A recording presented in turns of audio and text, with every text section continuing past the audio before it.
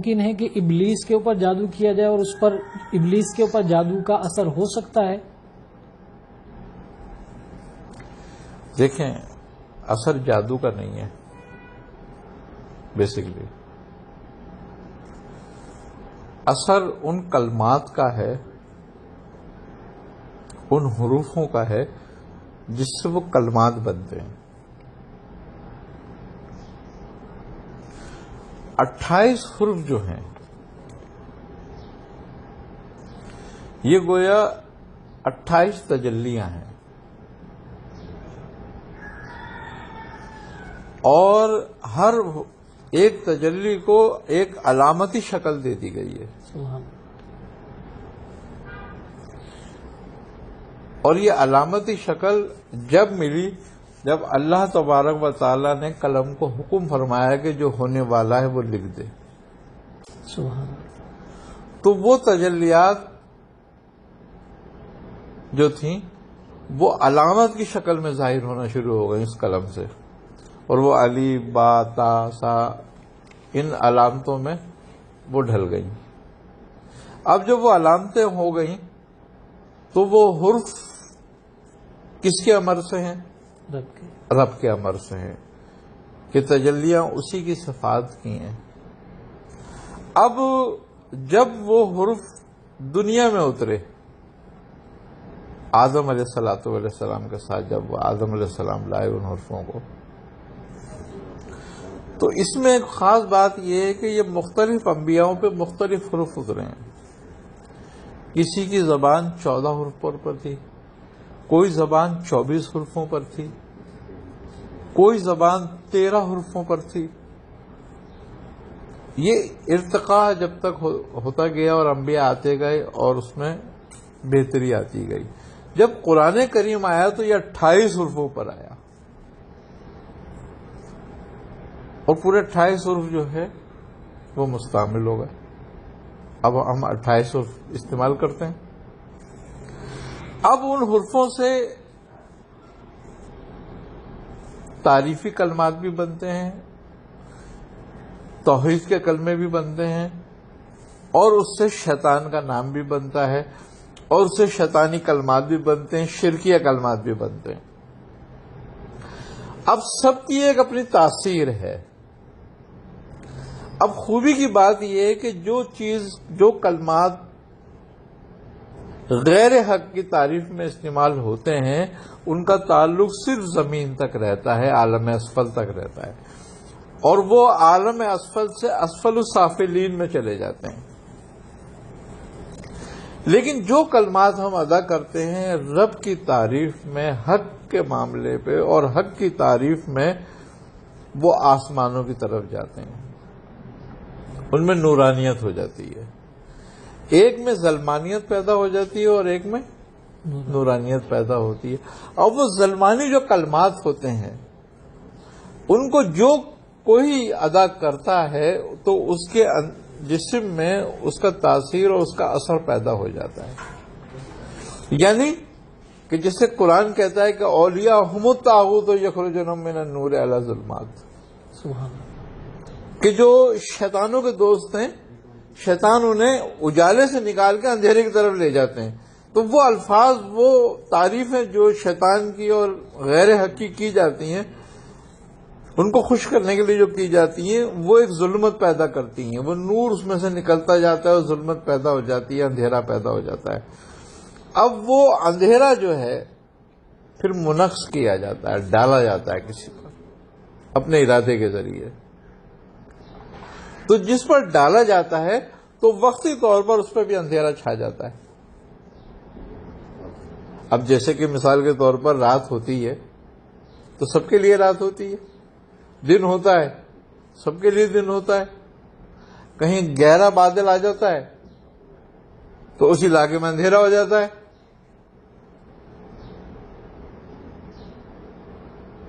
تو یہ عکس جس پہ ڈالا جاتا ہے اس پہ تھوڑا سا اس بات کا اثر آتا ہے وقتی طور پر، اس پہ ضرور کیوں آتی ہے؟ اس لیے کہ اللہ نے یہ قانون بنایا ہے دنیا میں کہ جو جس سے رجوع کرے گا اسی کی تاثیر اس میں پیدا ہوگی. جو شیطان سے غیر حق سے رجوع کرے گا اس میں وہی تاثیر پیدا ہو جائے گی، اور جو حق سے رجوع کرے گا اس میں وہی تاثیر پیدا ہو جائے گی. اب بات یہ ہے کہ اولیاء اللہ پہ یا انبیاء پہ جادو کیوں ہو گیا؟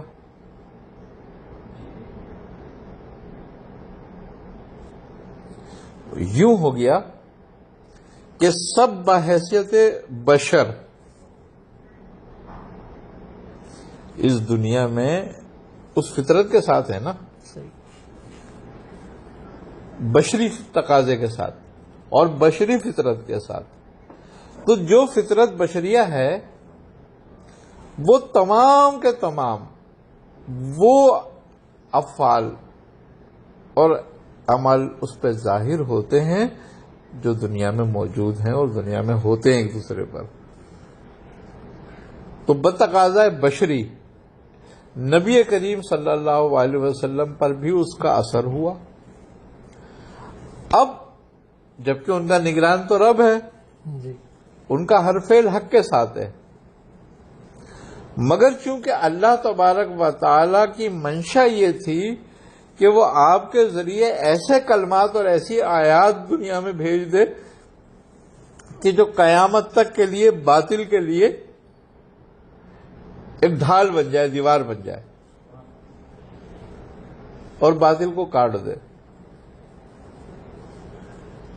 تو اللہ تبارک و تعالی نے اس کا اثر وقتی طور پر آپ پہ جاری کر دیا، اور اس کے نتیجے میں پھر وہ صورتیں اتار دیں. سورہ فلق اور سورہ ناس حضرت جبرائیل نے آن کے پڑھی اور وہ ظلمت اسی وقت دور ہو گئی. اب کیا ہوا کہ اب فطرت انسانی کے تحت اولیاء اللہ فطرت انسانی سے خارج تو نہیں ہے، تو کوئی بھی خالی نہیں ہے. اب رہ گیا ابلیس. تو ابلیس کیوں تابع ہو جاتا ہے تمہارے؟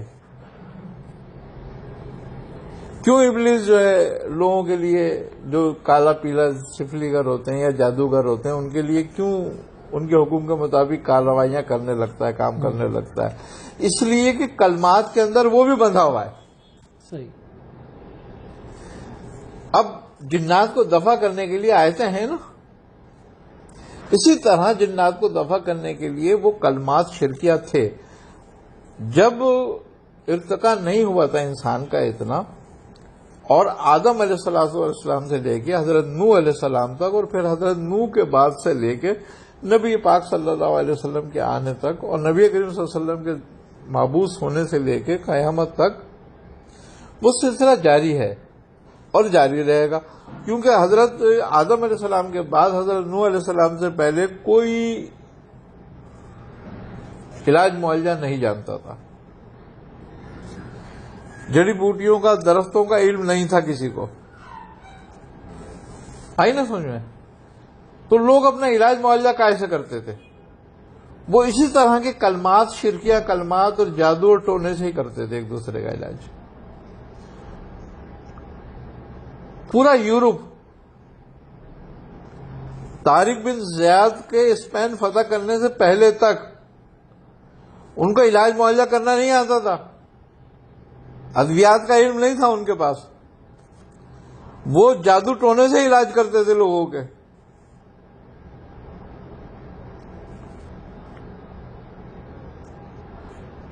جادو ٹونا کیوں زیادہ مشہور ہوا؟ صرف اسی لیے کہ اس زمانے میں جو معالجین تھے وہ جادو ٹونے کے ذریعے کرا کرتے تھے. یہ ترقی کب ہوئی؟ جب حضرت ادریس علیہ السلام مبعوث ہوئے، اور اللہ تبارک و تعالی نے آپ پر دو طرح کے علم اتارے.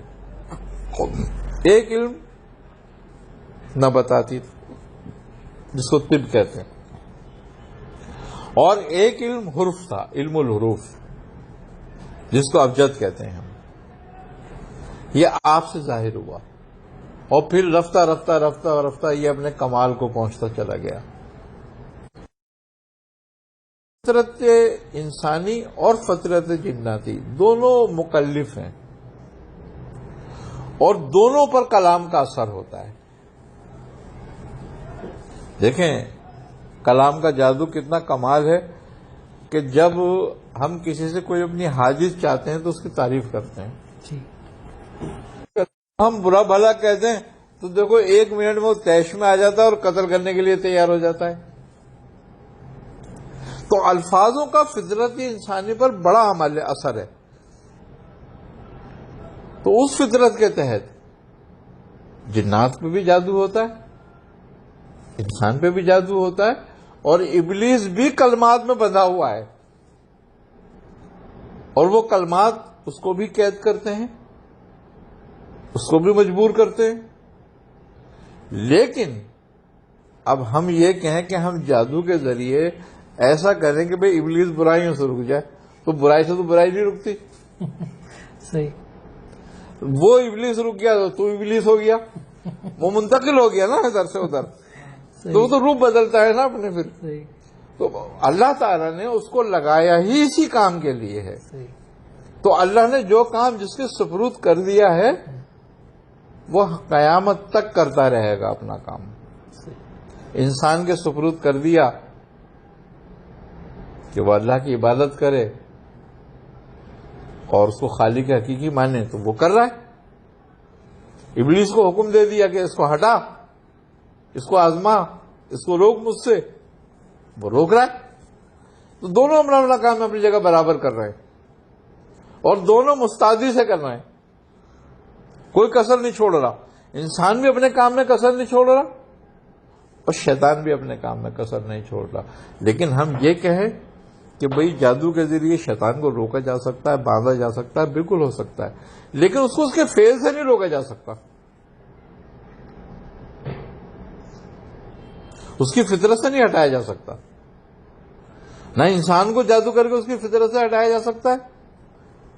کیوں؟ یہ فطرت تبدیل ہوتی ہے قلب سے, اور مقلب القلوب کون ہے؟ رب کی ذات ہے. خوبی کی بات یہ کسی بھی جادو کا اثر تمہارے قلب پر نہیں ہوتا, تمہارے دماغ پر ہوتا ہے. اور حق کا اثر تمہارے دماغ پر نہیں ہوتا, تمہارے قلب پر ہوتا ہے. اور اللہ قرآن کریم میں کہتا ہے کہ اگر تم کسی کے دل میں محبت ڈالنے کے لیے ساری دنیا کی دولت اکٹھی کر لیتے اور وہ خرچ کر دیتے تو تم ایک دوسرے کی محبت نہیں ڈال سکتے تھے, کیونکہ قلب پہ قبضہ ہی رب کا ہے. اللہ. دماغ پہ قبضہ شیطان کا ہو جاتا ہے, وہ بھی عارضی طور پر. ایک ظلمت چھا جاتی ہے, تو جب ظلمت چھاتی ہے تو وہ اجالے کو روک لیتی ہے, بند کر دیتی ہے. جو عقل ہے ہماری وہ نور ہے, اس پہ غلبہ پا لیتا ہے یہ وقتی طور کے لیے. جیسے کہ بادل سورج کے سامنے آ جائے تو سورج کتنی طاقتور ہے, کتنی آب و تاب سے چمک رہا ہے, مگر اس جگہ پر جس جگہ وہ بادل آ جاتا ہے وہ اندھیرے میں چلی جاتی ہے. تو اسی طریقے سے ہماری عقل کا حساب ہے کہ جب یہ شیطانی کلمات کا ظلمت جو ہے ہم پہ ڈالا جاتا ہے اور ہم پہ اس کا اثر ہوتا ہے تو ہماری عقل تھوڑی دیر کے لیے معاف ہو جاتی ہے. پھر جب ہم اس کو دور کرنے کی کوشش کرتے ہیں کلمات سے یا علاج معالجے سے, یا وہ خود کوشش کرتا ہے, تو رفتہ رفتہ رفتہ رفتہ وہ ظلمت چھٹ جاتی ہے, کیونکہ ظلمت عارضی ہے. قرآن بھی کہہ رہا ہے کہ قل جاء الحق وزهق الباطل ان الباطل کان زہوقا, کہ کہہ دو اے نبی حق آیا اور باطل گم ہوا, اور باطل تھا ہی گم ہو جانے کے لیے. تو ظلمت ہے مٹنے کے لیے, مگر چھاتی ضرور ہے, اپنا اثر ضرور دکھاتی ہے. جب کسی پہ جادو یا ٹونا یا ایسے کلمات کے ذریعے کیا جائے تو بیسکلی جادو ٹونا جو ہے یا علم روحانیت جو ہے یہ ایک قانون ہے, اور اس قانون کے تحت ہے. اور جب اچھا دونوں قانون ایک جیسے ہیں, مزے کی بات یہ ہے کہ ادھر اللہ تعالیٰ کہہ رہا ہے کہ اللہ ولی الذین آمنوا یخرجونہم من النور الی الظلمات,